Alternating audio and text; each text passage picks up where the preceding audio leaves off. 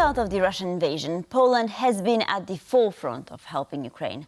With Western efforts to stop Russia, there is much hope that eventually Ukraine will win the war. When that happens, the country will need to rebuild its infrastructure. The cost of rebuilding Ukraine is estimated at $500 billion by the World Bank. So the question is which countries and companies will take part in the rebuilding effort?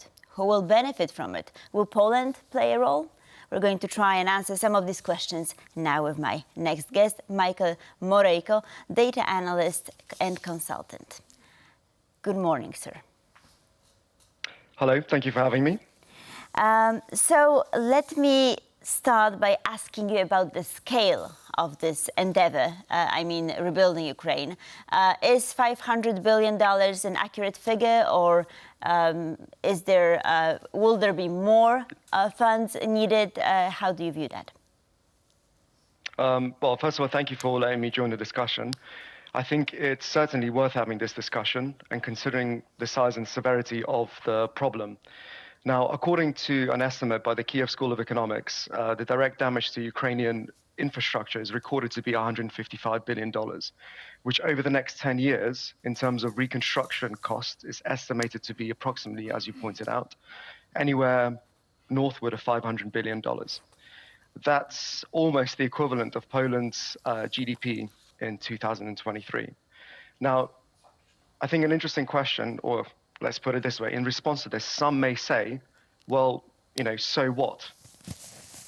Ukraine should pay for this themselves. Well, the International Monetary Fund estimates that the Ukrainian treasury will accumulate a budget deficit of approximately $81 billion between now and 2027.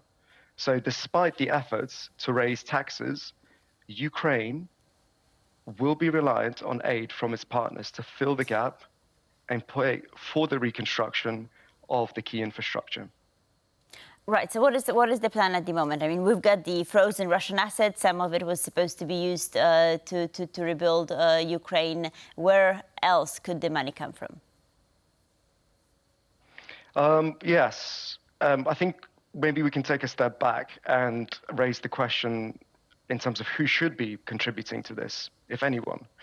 Now, some commentators say that the reconstruction and recovery should be sponsored by the international partners, as has been the case with their military support, which according to Kiel Institute for the World Economy, up until now, has been led by the US with approximately $46 billion in military aid, and followed by Germany with $18 billion, UK with $7 billion, Norway with $4 billion, Denmark with $3.9 billion, and Poland with approximately $3 billion.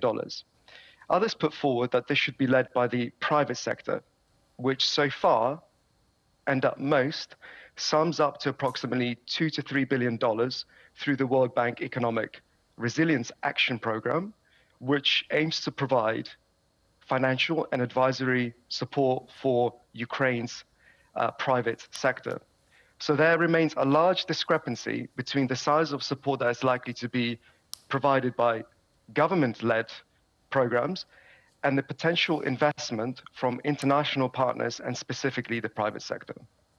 Right. So, but assuming that we've got the money, there are various parties interested in securing contracts for rebuilding Ukraine, and sort of how is that shaping up? Who are the key leaders in that race, in that Machiavellian race to benefit from this?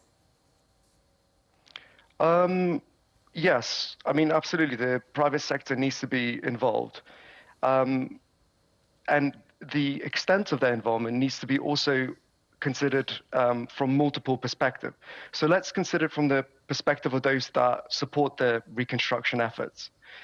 Ukraine and the conflict in Ukraine has created a buffer zone, testing ground, and a short momentum in time for Europe and Poland to increase investment and bolster their defenses and military capabilities. This is an opportunity. Ukraine has provided Europe with time to rearm and to test its military capability in the face of adversity. According to the data released by Stockholm International Peace Research Institute, after years of underinvestment in military, Europe has seen increase 62% from $330 billion in 2014 to $552 billion in 2023. A further example is that the conflict essentially promoted Poland to increase military spending from 2.2% in GDP in 2021 to 4.3% in 2023. So simply speaking, the more time Ukraine goes on, the more time Europe, including Poland, can build the necessary military infrastructure to stand a chance of defending itself. Now, let's consider this from the point of view of the skeptics. Since the beginning of the conflict, Warsaw military support has been estimated to be $3 billion, which from taxpayers' perspective is a sizable amount and may not be repaid, and in the long term might not be sustainable. So the question then is, what does need to be changed?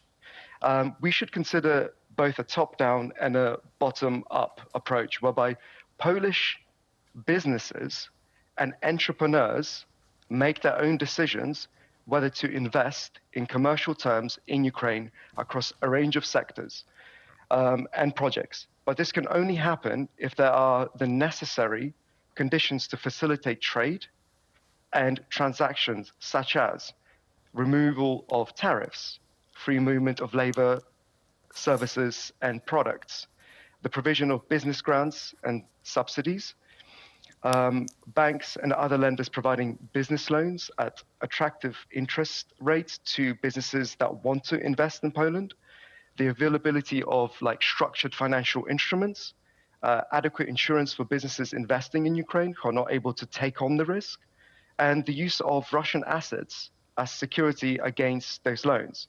So altogether, such efforts foster the environment whereby businesses lead the reconstruction efforts.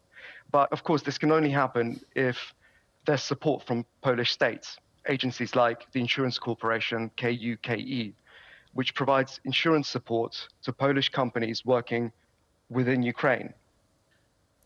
Right, I guess accession talks for the EU are going to start on Tuesday, I mean, for Ukraine and Moldova. Do you think that Ukraine joining the EU could facilitate some of these processes that you've mentioned? Absolutely, and I think there should be. I think if we tread too carefully in this particular situation, and we distance ourselves and we adopt the approach that this is not our problem, we not only lead ourselves to the inevitable of Ukraine becoming a failed state, but we also miss the opportunity of generating a return on investment from a taxpayer's perspective. Because let's look at it from this perspective. If you are a small enterprise or a business, and you've got the opportunity to invest in a project in Ukraine, the questions that you should be asking yourself is, what is the net present value, the internal rate of return? And if that exceeds the costs, the capital expenditure, then the simple answer is that, yes, I should proceed.